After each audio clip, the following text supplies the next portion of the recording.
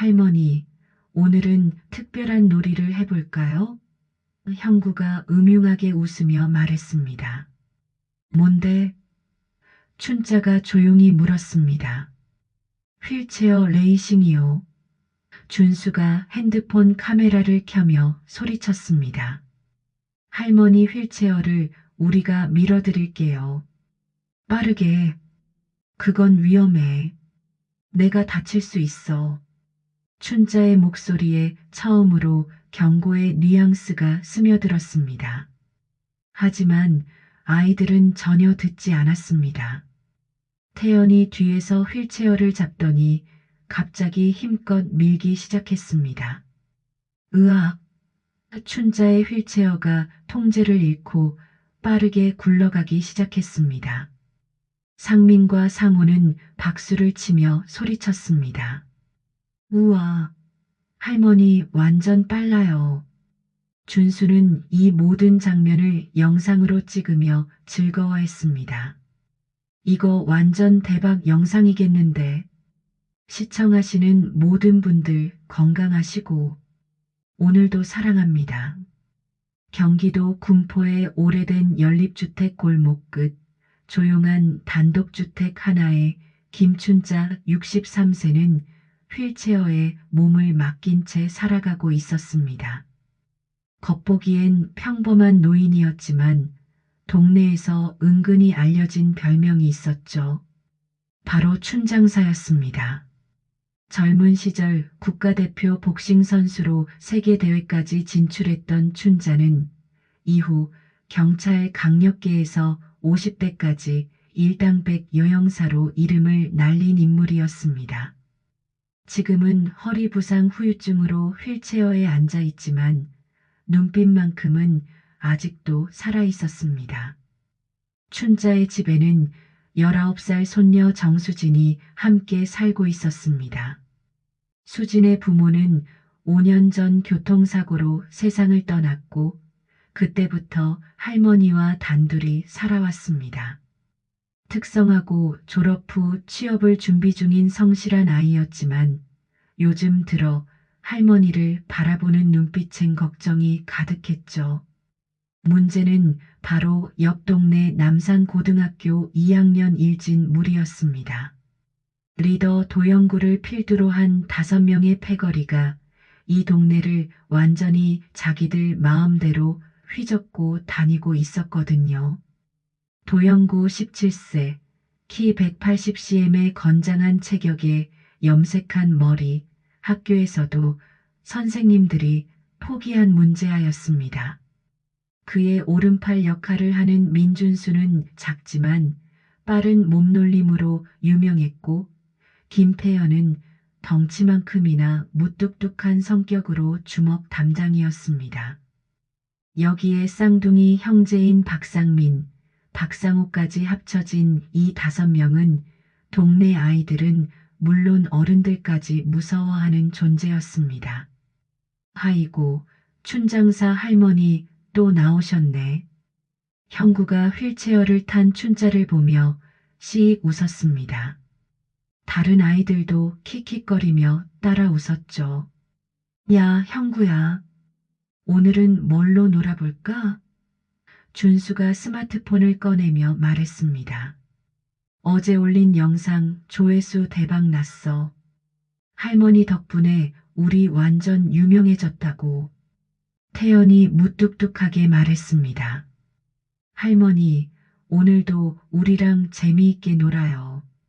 춘자는 그저 조용히 미소 지으며 대꾸했습니다. 그래, 얘들아. 하지만 너무 심하게는 하지 마라. 할머니도 이제 나이가 있잖니. 아이들은 더욱 신이 났습니다. 춘자가 순순히 당하고만 있다고 생각했거든요. 상민이 장난스럽게 말했습니다. 할머니, 우리가 심한 거 해본 적 있나요? 그냥 장난이에요, 장난. 맞아요. 상호가 거들었습니다. 할머니도 재미있잖아요. 맨날 혼자 계시는데 우리가 놀아드리는 거예요. 하지만 춘자의 눈빛 깊은 곳에는 다른 무언가가 번뜩였습니다. 아이들은 그걸 전혀 눈치채지 못했지만요. 동네 슈퍼집 아줌마 박미경은 늘 이 광경을 안타깝게 바라보며 속삭이곤 했습니다. 그 할머니 말입니다. 옛날에는 정말 무서웠다던데요. 조폭들도 무서워했다고 하더라고요. 지금은 많이 약해지셨지만, 하지만 요즘 아이들은 그런 이야기 따윈 믿지 않았습니다. 오히려 더욱 우습게 여겼죠. 어느 날 오후 춘자가 병원 진료를 마치고 돌아오는 길이었습니다. 평소보다 늦은 시간이라 골목이 한산했죠. 그때 일진 무리 5명이 완전히 길을 가로막고 서 있었습니다. 할머니, 오늘은 특별한 놀이를 해볼까요? 형구가 음흉하게 웃으며 말했습니다. 뭔데? 춘자가 조용히 물었습니다. 휠체어 레이싱이요. 준수가 핸드폰 카메라를 켜며 소리쳤습니다. 할머니 휠체어를 우리가 밀어드릴게요. 빠르게. 그건 위험해. 내가 다칠 수 있어. 춘자의 목소리에 처음으로 경고의 뉘앙스가 스며들었습니다. 하지만 아이들은 전혀 듣지 않았습니다. 태연이 뒤에서 휠체어를 잡더니 갑자기 힘껏 밀기 시작했습니다. 으악! 춘자의 휠체어가 통제를 잃고 빠르게 굴러가기 시작했습니다. 상민과 상호는 박수를 치며 소리쳤습니다. 우와! 할머니 완전 빨라요. 준수는 이 모든 장면을 영상으로 찍으며 즐거워했습니다. 이거 완전 대박 영상이겠는데. 결국 춘자의 휠체어는 길끝에서 넘어졌습니다. 춘자는 바닥에 떨어지며 무릎이 까지고 손바닥에서 피가 났습니다. 형구가 다가와서 말했습니다. 아, 할머니 괜찮으세요? 저희가 너무 신나서 그만. 하지만 그의 목소리에는 진심 어린 사과가 전혀 없었습니다. 오히려 더 재미있어 하는 것 같았죠. 춘자는 바닥에 쓰러진 채로 아이들을 하나하나 바라봤습니다. 5명의 얼굴을 정확히 기억해뒀습니다. 도영구, 민준수, 김태연, 박상민, 박상호. 그날 밤 집에 돌아온 춘자를 본 수진이 깜짝 놀랐습니다. 할머니, 왜 이렇게 다치셨어요? 괜찮다, 수진아. 그냥 넘어졌어. 또 그 애들이죠? 이제 정말 참을 수 없어요. 경찰에 신고할게요. 아니다. 춘자의 목소리가 단호했습니다. 할머니가 직접 해결할게. 그날 밤 춘자는 오래된 앨범을 꺼냈습니다. 링 위에서 상대를 쓰러뜨리는 젊은 시절의 자신, 경찰복을 입고 당당하게 서 있는 모습들이 담긴 사진들이었습니다. 그리고 장롱 깊숙한 곳에서 낡은 복싱 글러브를 꺼냈습니다. 가죽에서는 오래된 시간의 냄새가 났지만 아직도 튼튼했습니다. 참는데도 한계가 있지. 이제 그 아이들에게 진짜 어른이 누구인지 보여줄 때가 됐어. 춘자의 눈빛이 25년 전 강력계 형사 시절로 돌아갔습니다. 내일부터는 진짜 게임이 시작될 것입니다. 다음 날 아침 춘자는 평소보다 일찍 일어났습니다. 거울 앞에서 조심스럽게 팔과 어깨를 풀어보았죠. 허리는 여전히 아팠지만 상체 근력은 예상보다 많이 남아 있었습니다.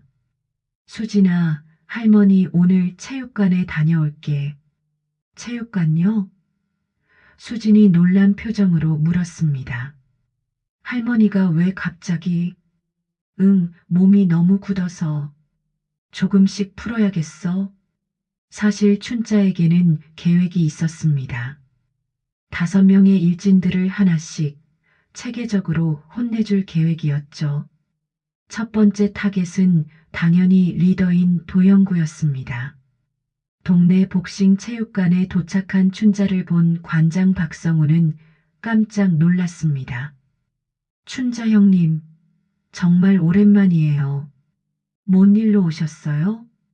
성우야, 몸 좀 풀고 싶어서 스파링 파트너 하나 붙여줄 수 있어? 아니, 그 몸으로 스파링이요? 허리는 괜찮으세요? 걱정 마. 그냥 가볍게만 할 거야. 근데 하나 부탁이 있어. 혹시 오늘 오후에 그 일진 애들 중에 누가 올 것 같은데 그때 우연히 마주칠 수 있게 해줘. 박성우는 춘자의 눈빛을 보고 뭔가 계획이 있다는 걸 직감했습니다. 알겠습니다. 춘자 형님, 뜻이 있으시겠죠? 오후 4시 예상대로 도영구가 친구들과 함께 체육관에 나타났습니다. 평소에 운동이라는 핑계로 와서 체육관 기구들을 거칠게 다루며 다른 사람들을 괴롭히는 게 일상이었죠. 야, 샌드백 치자. 형구가 소리쳤습니다.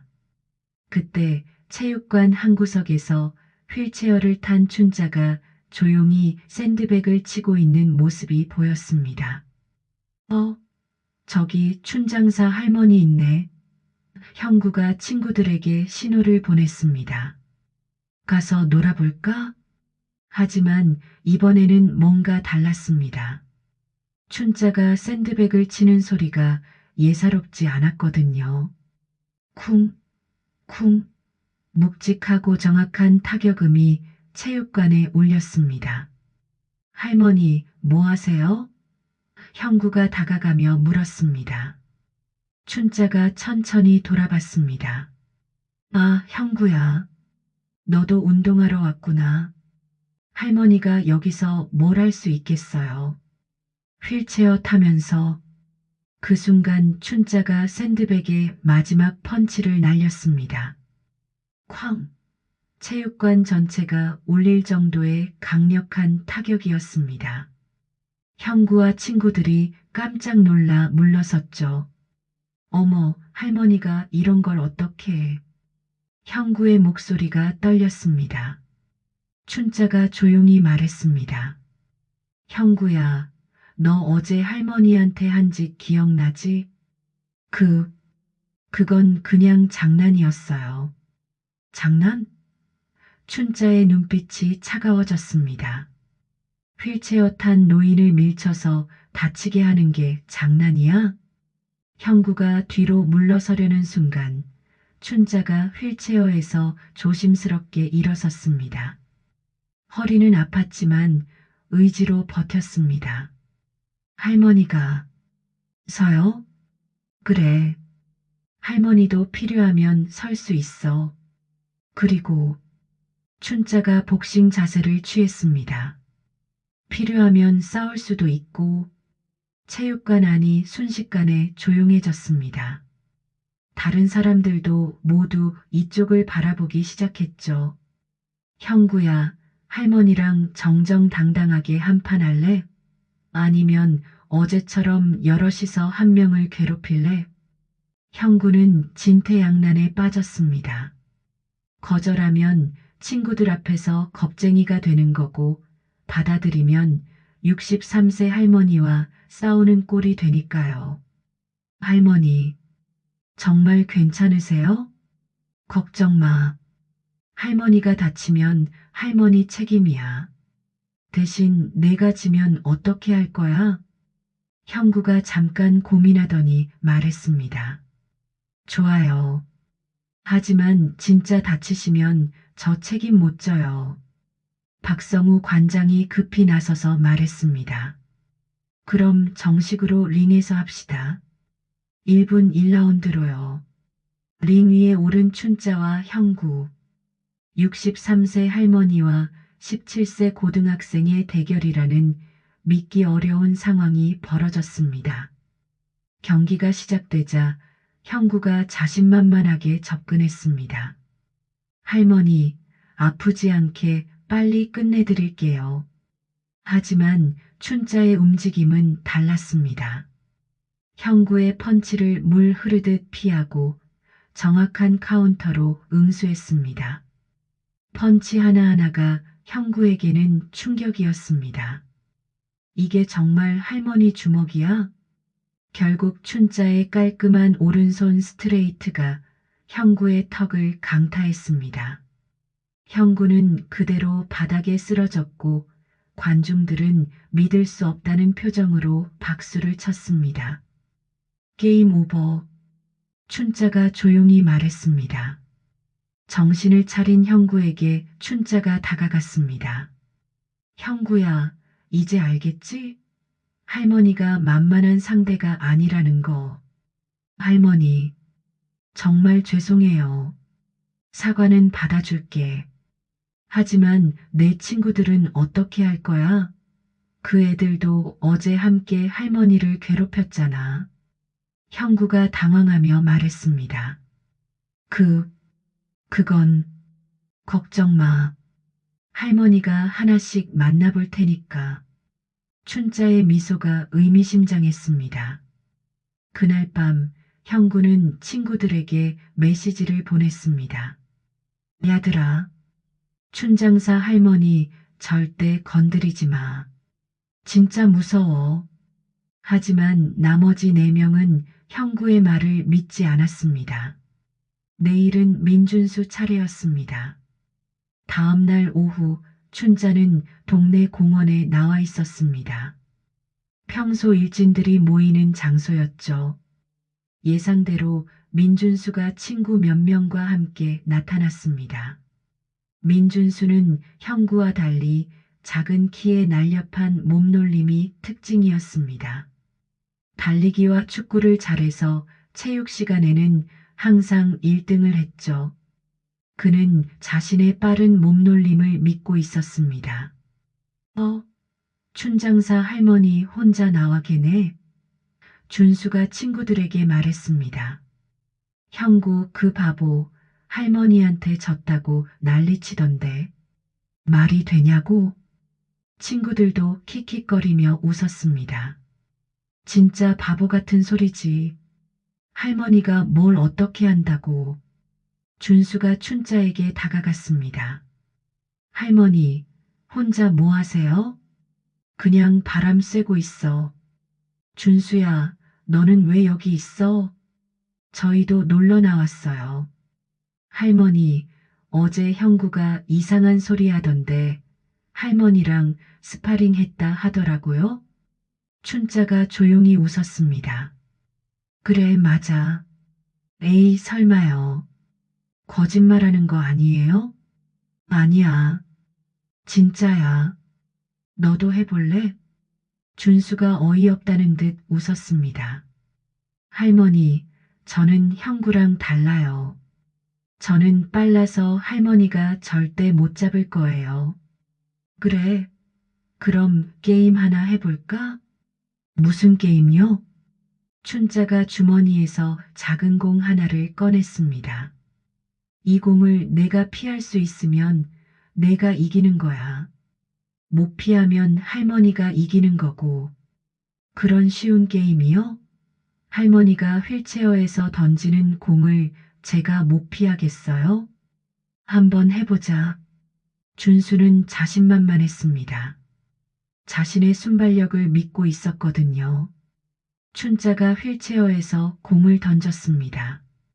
하지만 그 공의 속도가 상상을 초월했습니다. 마치 총알처럼 빠르게 날아왔죠. 준수가 피하려고 했지만 늦었습니다. 공이 정확히 그의 어깨를 맞췄습니다. 아! 준수가 어깨를 부여잡으며 소리쳤습니다. 어머, 미안하다. 할머니가 힘 조절을 못했네.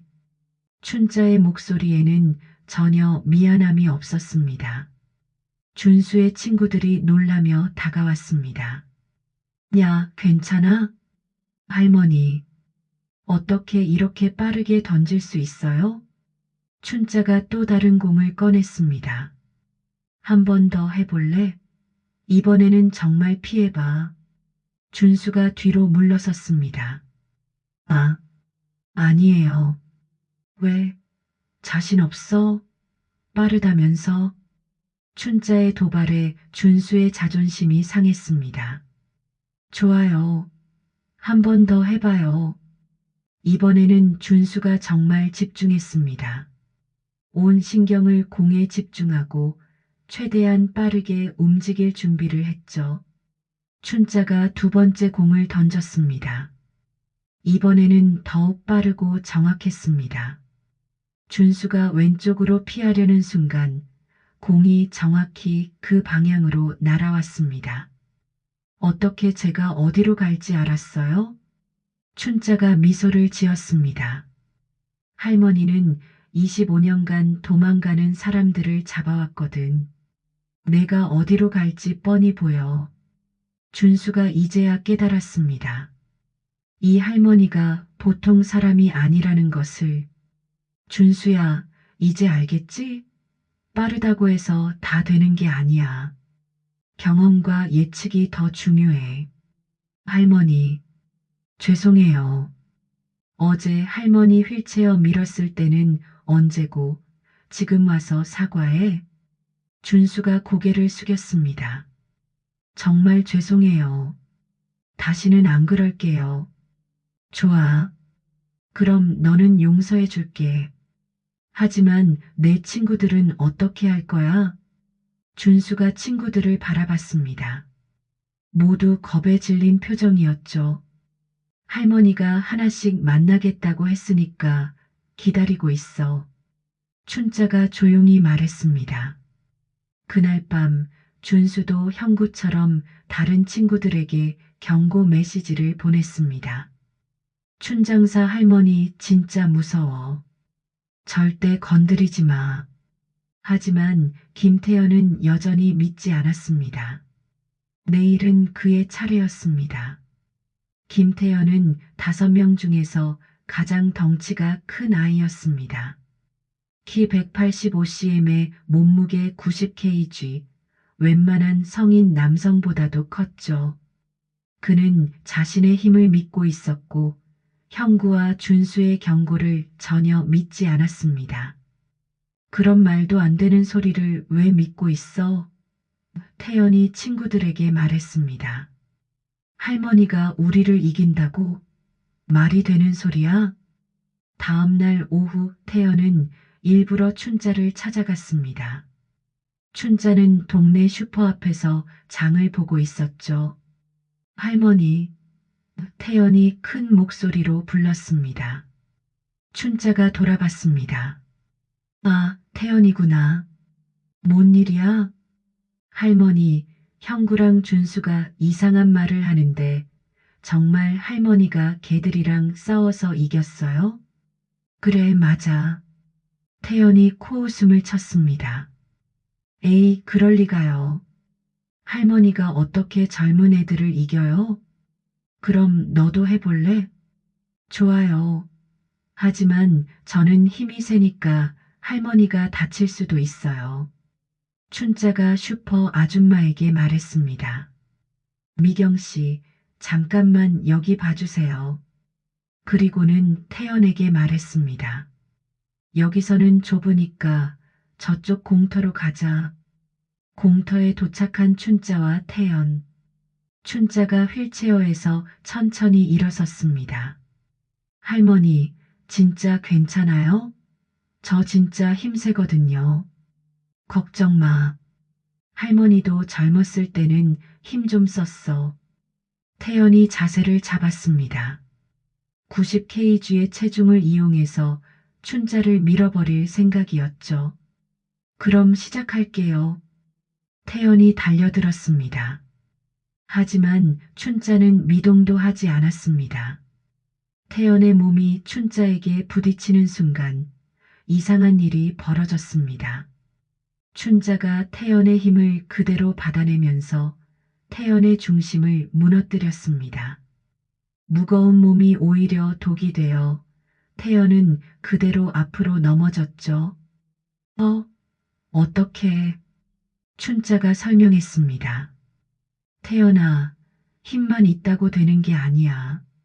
기술이 있어야지. 태연이 일어나서 다시 달려들었습니다. 이번에는 더욱 세게요. 하지만 결과는 같았습니다. 춘자의 정교한 기술 앞에서 태연의 힘은 무용지물이었죠. 이상해. 분명히 제가 더 힘이 센데. 춘자가 이번에는 공격에 나섰습니다.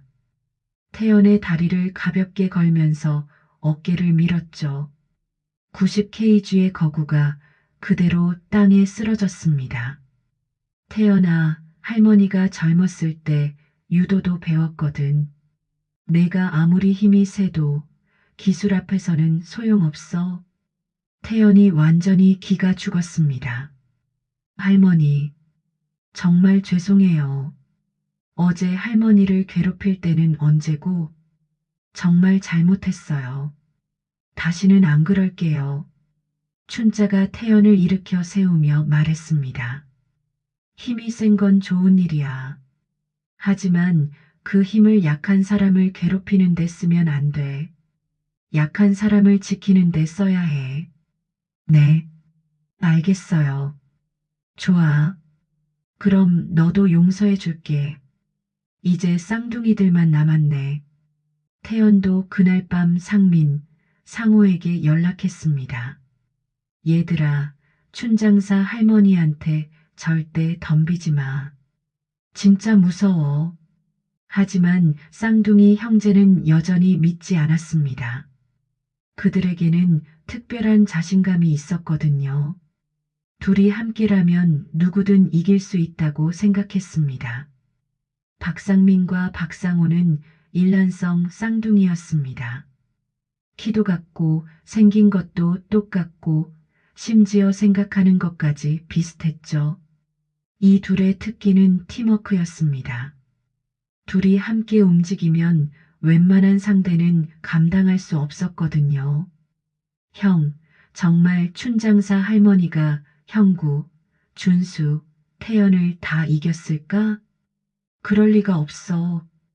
분명히 걔들이 일부러 져준 거야. 맞아. 할머니한테 진짜로 대드는 건 양심상 그렇잖아. 우리가 직접 확인해 보자. 다음 날 쌍둥이들은 춘자를 찾아갔습니다. 춘자는 동네 공원에서 책을 읽고 있었죠. 할머니, 상민이 큰 소리로 불렀습니다. 어머, 상민, 상호구나. 뭔 일이야? 상호가 말했습니다. 할머니, 저희 형들이 할머니한테 졌다고 하는데 정말이에요? 그래, 맞아. 상민이 웃으며 말했습니다. 할머니, 저희는 혼자가 아니에요. 둘이에요. 그래서 둘이서 함께하면 할머니도 못 이길 거예요. 춘자가 책을 덮으며 말했습니다. 그럼 한번 해보자. 진짜요? 할머니가 저희 둘이서 상대하겠다고요? 왜, 못하겠어? 쌍둥이들이 서로 눈짓을 주고받았습니다. 이번에는 정말 자신 있었거든요. 좋아요. 하지만 저희가 이기면 앞으로 괴롭혀도 저희한테 뭐라고 하지 마세요. 알겠어. 대신 너희가 지면 어떻게 할 거야? 저희가 질 리가 없어요. 춘자가 휠체어에서 일어섰습니다. 그럼 시작해보자. 상민과 상호가 양쪽에서 춘자를 포위했습니다. 평소에 쓰던 전술이었죠. 하나가 앞에서 주의를 끌면 다른 하나가 뒤에서 공격하는 방식이었습니다. 준비됐어? 상민이 물었습니다. 응, 상우가 대답했습니다.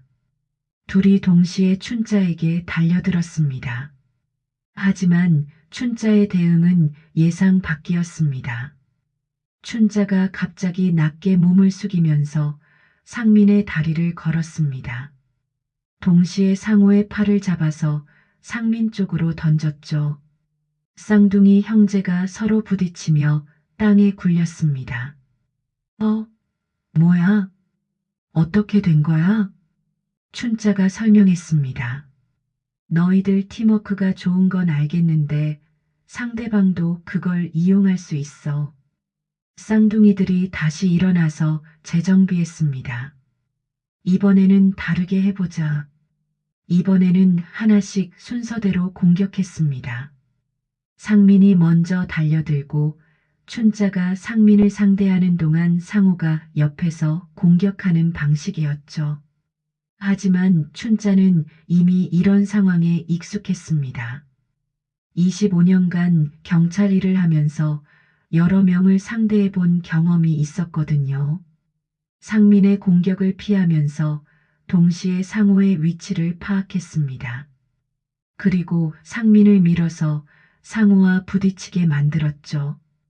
또다시 쌍둥이들이 엉켜서 넘어졌습니다. 이상해. 우리 팀워크가 오히려 방해가 되고 있어. 춘자가 조용히 말했습니다. 너희들은 항상 함께 있어서 서로에게 의존하고 있어. 그래서 상대방이 그걸 역이용하면 오히려 약점이 되는 거야. 쌍둥이들이 이제야 깨달았습니다. 자신들의 장점이 춘자 앞에서는 단점이 된다는 것을. 할머니, 어떻게 이런 걸 다 아세요? 할머니가 젊었을 때 많은 걸 겪어봤거든.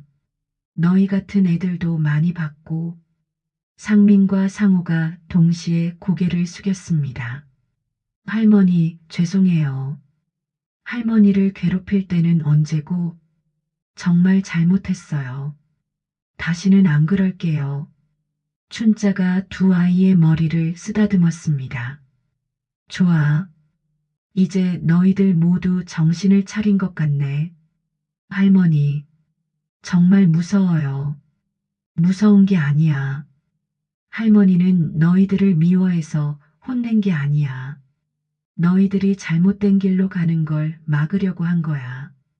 쌍둥이들이 서로를 바라봤습니다. 처음으로 자신들이 잘못 살아왔다는 걸 깨달았죠. 할머니, 저희가 어떻게 하면 될까요? 앞으로는 약한 사람을 괴롭히지 말고 오히려 도와줘.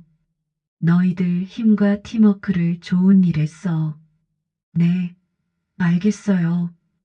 이제 5명의 일진들이 모두 춘자에게 혼났습니다. 하지만 진짜 문제는 이제부터 시작이었습니다. 5명의 일진들이 모두 춘자에게 굴복한 후 동네는 한결 조용해졌습니다. 아이들도 예전처럼 거리를 활보하며 다른 사람들을 괴롭히지 않았죠. 춘자는 만족스러웠습니다. 하지만 그 평화는 오래가지 않았습니다. 어느 날 밤 춘자의 집 전화가 울렸습니다. 여보세요? 춘자 씨죠? 저는 도영구의 형 장태수입니다. 춘자의 표정이 굳어졌습니다.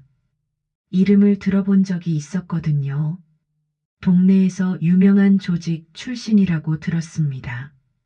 무슨 일이신가요? 우리 동생이 할머니한테 많이 혼났다던데요. 그 아이가 잘못을 해서 훈계를 좀 했어요. 전화 너머로 낮은 웃음소리가 들렸습니다. 훈계요? 할머니가 우리 동생을 때려서 병원에 보낸 거 맞죠? 그 정도는 아니었어요. 그냥, 할머니, 제가 누군지 아세요? 춘자가 침착하게 대답했습니다. 조직폭력배 출신이라고 들었어요. 그럼 얘기가 빠르네요. 내일 만나서 얘기합시다. 좋아요. 어디서 만날까요? 동네 공원에서 오후 3시예요.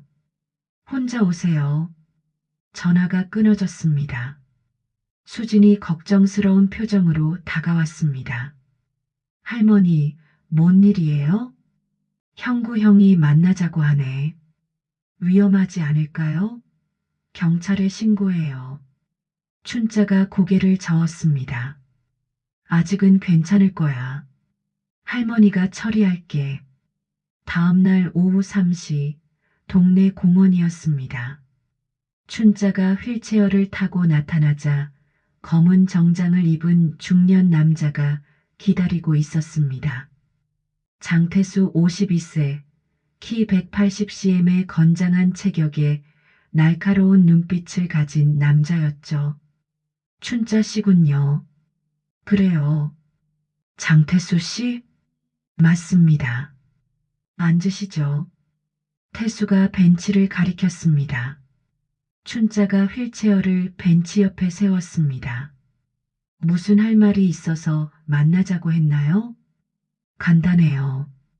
우리 동생한테 한 일에 대해 사과하세요. 사과? 춘자가 어이없다는 표정을 지었습니다. 내 동생이 먼저 잘못했는데 그래도 어른이 아이를 때리면 안 되죠. 그럼 아이들이 노인을 괴롭히는 건 괜찮고? 태수의 목소리가 차가워졌습니다. 할머니, 저를 화나게 하지 마세요. 춘자가 전혀 물러서지 않았습니다. 뭐, 지금 겁먹으라고 나한테 말하는 거야? 나도 젊었을 때 너 같은 인간들 많이 상대해 봤어. 할머니가 경찰 출신이라는 건 알고 있어요. 하지만 지금은 휠체어 타는 노인이잖아요. 그래서 태수가 일어서면서 주먹을 쥐었습니다. 말로 안 되면 다른 방법을 써야겠네요. 그 순간 춘자도 휠체어에서 일어섰습니다. 좋아. 해보자. 태수가 깜짝 놀랐습니다. 할머니가 설 수 있어요? 내가 허리가 아픈 거지. 허리가 망가진 건 아니야. 필요하면 싸울 수도 있어. 태수가 춘자에게 달려들었습니다. 하지만 춘자의 대응은 고등학생들을 상대할 때와는 차원이 달랐습니다. 진짜 격투 기술이 나왔죠. 춘자가 태수의 펀치를 피하면서 정확한 카운터를 날렸습니다. 태수가 비틀거렸지만 금세 회복했습니다.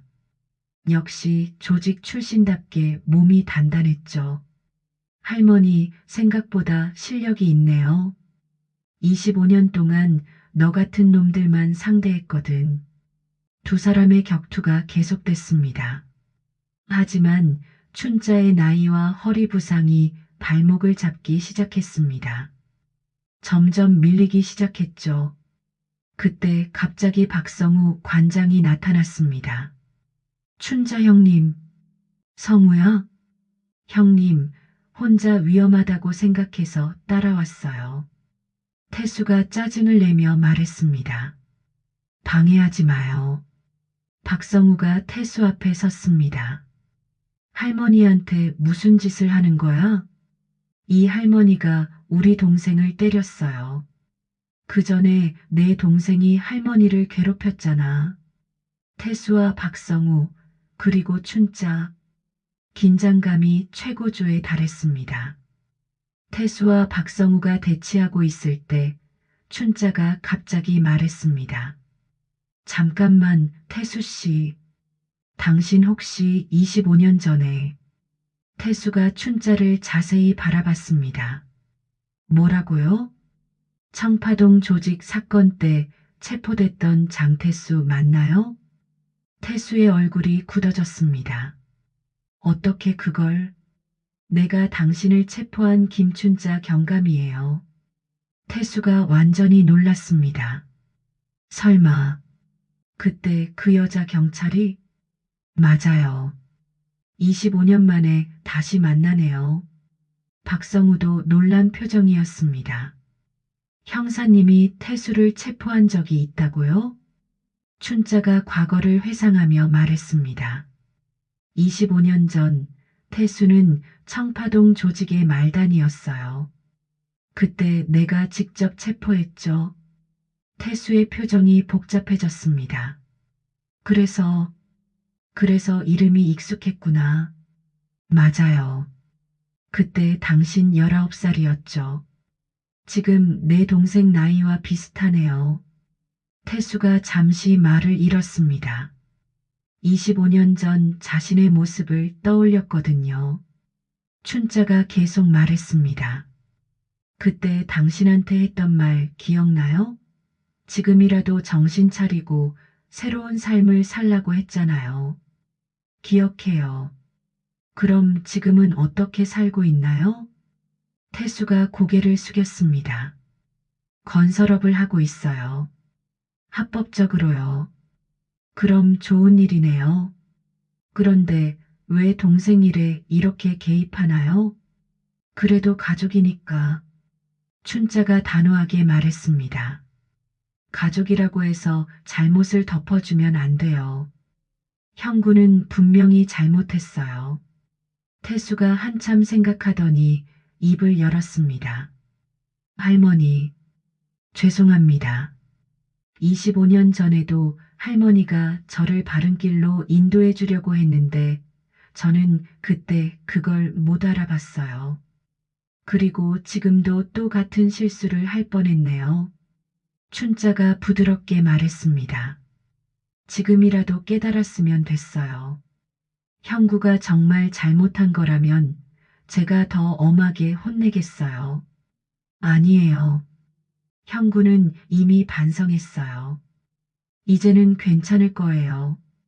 태수가 깊게 고개를 숙였습니다. 정말 죄송합니다. 25년 전에도 지금도. 그때 갑자기 태수의 핸드폰이 울렸습니다. 여보세요? 태수야, 일이 어떻게 됐어?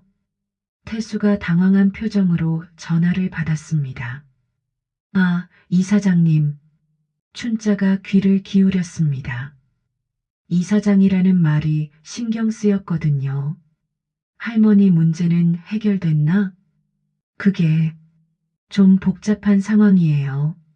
뭐가 복잡해? 그냥 겁을 주면 되는 거 아니야? 태수가 춘자를 바라보며 말했습니다. 이사장님, 이 일은 제가 잘못 판단한 것 같아요. 뭐라고? 너 지금 뭔 소리야? 이 할머니는 만만한 상대가 아니에요. 전화 너머로 화난 목소리가 들렸습니다. 태수야, 너 혹시 겁먹은 거야? 그게 아니라. 됐어. 내가 직접 나서겠어. 전화가 끊어졌습니다. 태수의 얼굴이 창백해졌습니다. 춘자가 물었습니다. 이사장이 누구예요? 그게. 태수가 망설였습니다. 솔직히 말해보세요. 지역복지재단 이사장이에요. 이인철이라는 사람인데. 춘자의 표정이 완전히 굳어졌습니다. 이인철이라고요? 네. 왜요? 춘자의 목소리가 떨렸습니다.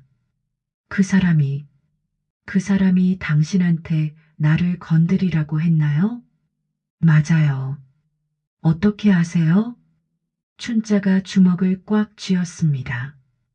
25년 만에 드디어 나타났군요. 박성우가 걱정스럽게 물었습니다. 형님, 이인철이 누구예요? 25년 전 나를 배신한 그놈이야. 내 파트너였던. 이제 모든 퍼즐이 맞춰졌습니다. 단순한 일진 문제가 아니었습니다. 25년 전부터 시작된 악연이 다시 시작된 것이었죠. 그날 밤 춘자는 수진에게 모든 것을 털어놓았습니다. 수진아, 할머니가 왜 경찰을 그만두게 됐는지 얘기해 줄게. 할머니, 25년 전 할머니에게는 이인철이라는 파트너가 있었어. 그 사람과 함께 조직폭력배 사건을 수사하고 있었는데 춘자가 과거를 회상하며 말했습니다. 그런데 이인철이 조직과 손을 잡고 있었던 거야. 나를 이용해서 정보를 빼내고 결정적인 순간에 나를 배신했어. 그래서 할머니가 모든 책임을 내가 뒤집었었지. 그리고 경찰서에서 쫓겨났고 수진이 할머니의 손을 꼭 잡았습니다. 할머니가 얼마나 힘들었을까. 지금까지 그 사람을 찾고 있었는데 드디어 나타났네. 다음 날 아저녁 이인철이 직접 춘자의 집으로 찾아왔습니다. 고급 정장을 입고 비싼 차를 타고 온 모습이 25년 전과는 완전히 달랐죠. 춘자야, 오랜만이다. 춘자가 현관문을 열고 나왔습니다. 이인철, 정말 오랜만이네. 많이 늙었구나. 너도 마찬가지야. 하지만 더러운 성격은 그대로네. 이인철이 냉소적으로 웃었습니다. 아직도 원한을 품고 있어? 원한이 아니야. 정이야. 정해? 이인철이 크게 웃었습니다. 25년 전 그 고집 그대로구나. 너는 왜 여기 왔어? 간단해. 조용히 살라는 거야. 더 이상 문제 일으키지 말고. 춘자가 단호하게 말했습니다. 그건 내가 정할 일이 아니야. 춘자야, 지금 내 상황을 봐라. 휠체어 타는 할머니가 뭘 할 수 있어? 그 순간 춘자가 휠체어에서 일어섰습니다. 아직도 할 수 있는 게 많아. 이인철이 놀란 표정을 지었습니다. 설 수 있었어? 필요하면 싸울 수도 있고. 이인철이 주먹을 쥐었습니다. 그럼 25년 전 못다한 승부를 해보자. 춘자와 이인철이 마주보며 긴장감이 고조되던 그 순간 집 밖에서 웅성거리는 소리가 들렸습니다. 수진이 급하게 창문으로 달려가더니 소리쳤습니다. 할머니, 밖에 사람들이 엄청 많이 와 있어요. 춘자가 의아해하며 물었습니다. 누가? 형구, 준수, 태연, 상민, 상호. 그리고 박 관장님, 장태수 아저씨까지 동네 사람들이 다 모여 있어요. 사실 수진이 이인철이 온다는 소식을 듣고 몰래 형구에게 연락을 했던 것입니다. 형구는 즉시 다른 친구들과 박성우 관장에게 알렸고 장태수도 상황이 심각하다는 걸 깨닫고 달려온 것이었죠. 할머니가 위험할 수도 있어. 형구가 친구들에게 외쳤습니다. 우리가 지켜야 해. 동네 사람들도 하나둘 모여들기 시작했습니다. 평소 춘자를 아끼던 이웃들이 뭔가 심상치 않은 분위기를 감지하고 나온 것이었습니다. 춘자가 현관문을 열고 나왔습니다. 이인철도 어쩔 수 없이 따라 나올 수밖에 없었죠. 두 사람이 대치했을 때 갑자기 동네 사람들이 하나둘 모여들기 시작했습니다. 형구와 친구들, 박성우 관장, 장태수, 그리고 동네 주민들까지. 할머니, 형구가 소리쳤습니다. 저희가 도와드릴게요. 동네 사람들이 모두 춘자 편에 섰습니다. 25년간 이 동네를 지켜온 춘자를 모두가 사랑하고 있었던 것이죠. 이인철이 당황했습니다. 뭐야 이게? 춘자가 미소를 지었습니다. 인철아, 이게 바로 내가 25년간 쌓아온 거야. 너 같은 권력이나 돈이 아니라 사람들의 마음이야. 이인철이 완전히 고립되었습니다. 주변은 모두 춘자의 편이었죠. 박성우 관장도 말했습니다. 형사님은 이 동네의 영웅이에요. 그분을 건드리려면 우리 모두를 상대해야 할 거예요. 동네 슈퍼 아줌마도 나섰습니다. 춘장사 할머니가 없었으면 이 동네가 어떻게 됐을지 몰라요. 이인철이 완전히 고립되었습니다. 주변은 모두 춘자의 편이었죠. 춘자야, 이렇게 될 줄 몰랐어. 춘자가 조용히 말했습니다. 이인철아, 25년 전에 내가 선택한 길이 틀렸다는 걸 이제 알겠지? 이인철이 고개를 숙였습니다. 내가 잘못했어. 지금이라도 인정하니까 다행이야. 춘자야, 정말 미안해. 25년 전에도 지금도 춘자가 이인철의 어깨에 손을 올렸습니다. 이인철아, 아직 늦지 않았어. 지금부터라도 바르게 살아. 이인철의 눈에 눈물이 고였습니다. 고마워, 춘자야. 내가 나를 용서해줘서. 그날 이후 이인철은 복지재단에서 사임하고 조용히 사라졌습니다.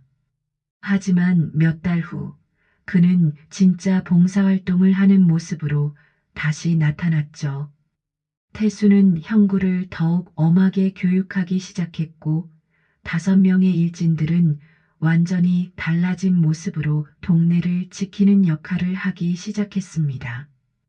춘자는 다시 휠체어에 앉았지만 이제는 정말로 평화로운 마음이었습니다. 25년간의 한이 풀렸고 동네 아이들도 바른 길로 돌아왔으니까요.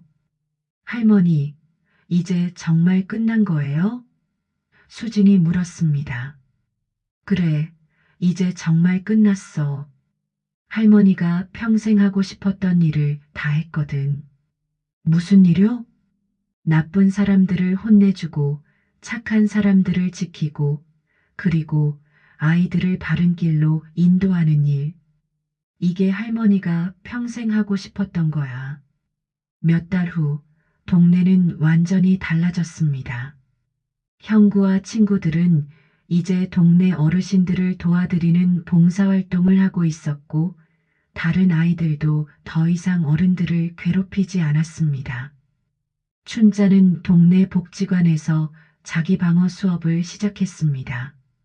특히 어르신들과 아이들에게 위험한 상황에서 어떻게 대처해야 하는지 가르쳤죠. 할머니, 이 기술은 어떻게 쓰는 거예요? 한 아이가 물었습니다. 이건 나쁜 사람이 너를 괴롭힐 때만 쓰는 거야. 절대 먼저 시비를 걸면 안 돼. 네, 알겠어요. 수업이 끝난 후 형구가 춘자에게 다가왔습니다. 할머니, 정말 감사해요. 뭘? 저희를 바른 길로 인도해줘서요. 할머니 덕분에 저희가 달라졌어요. 춘자가 형구의 머리를 쓰다듬었습니다. 너희들 원래 나쁜 아이들이 아니었어. 그냥 잘못된 길로 가고 있었을 뿐이야. 할머니는 정말 대단해요. 저희도 할머니처럼 되고 싶어요. 그러려면 먼저 약한 사람들을 지키는 법부터 배워야 해. 네, 열심히 하겠어요. 그날 저녁 춘자는 수진과 함께 저녁을 먹으며 만족스러운 미소를 지었습니다. 할머니, 정말 행복해 보여요. 그래, 이제 정말 마음이 편해졌어. 앞으로는 뭘 하실 거예요? 글쎄, 이 동네를 계속 지키는 거지. 그리고 너도 잘 키우고. 수진이 할머니의 손을 꼭 잡았습니다. 할머니, 저도 할머니처럼 강한 사람이 되고 싶어요. 강한 건 좋지만 마음도 착해야 해. 힘은 약한 사람을 지키는 데 써야 하는 거야. 네, 알겠어요. 밤이 깊어갈 무렵 춘자는 창밖을 바라보며 생각했습니다. 25년 전에는 혼자서 모든 걸 해결하려고 했었지. 하지만 이번에는 달랐어. 동네 사람들, 아이들 모두가 함께 해줬지. 이게 진짜 힘이구나. 춘자는 휠체어에 앉아 있었지만 마음만큼은 누구보다 당당했습니다. 그리고 이 동네 어디선가 또 도움이 필요한 일이 생기면 언제든 나설 준비가 되어 있었죠. 동네 골목에는 이제 평화가 찾아왔습니다. 63세 춘장사 할머니가 지키고 있는 한, 이 동네는 안전할 것입니다. 그리고 형구를 비롯한 5명의 아이들은 이제 이 동네의 새로운 수호자가 되어 할머니를 도와 약한 사람들을 지키는 역할을 하게 될 것입니다. 진짜 영웅은 화려한 능력을 가진 사람이 아니라 올바른 마음을 가지고 끝까지 포기하지 않는 사람이라는 것을 춘자 할머니가 몸소 보여준 교훈이었습니다. 오늘도 함께 해주셔서 참 고맙습니다. 우리 또 만나요.